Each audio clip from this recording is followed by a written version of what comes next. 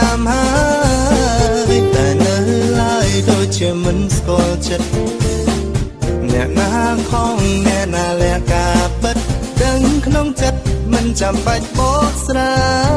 យមកពីណាមិនក៏អូនមិនប្រាប់មិនក៏ស្ងាត់មិនក៏សួរមិនឆ្លើយ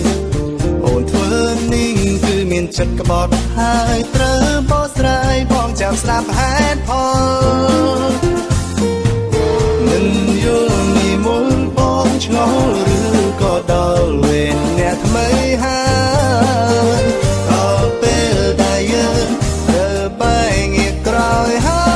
យថ្លៃរាប់មួយពីរបីឡើងដៃបងហើយនឹងស្រីតើផ្លូវរៀងខ្លួនហើយសុំកុំឲ្យនាងក្រោយណាអូនមិនចង់ឲ្យស្ងួនឃើញទឹកភ្នែករបស់បងមិនមែនជារឿងដែលប្លែកបើបងមិនយំតើវាចំលែកนุ่งធ្លាប់ស្រឡាញ់គ្នាខ្លាំងសើលេមួយបបពេកភ្នែកឲ្យហែកបែកដូចចែកអ្នកផ្សេងអ្នកណាអាចទ្រាំបាន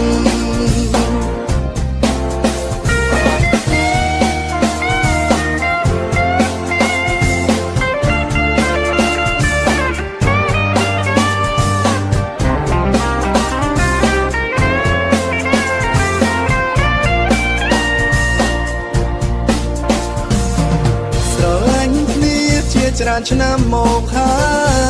យតែចុងក្រោយនៅតែត្រូវបែកគ្នាទោះបីចិត្តប្រឹងស្រឡាញ់ប៉ុណ្ណាដល់វេលាវាក៏ត្រូវបាត់បង់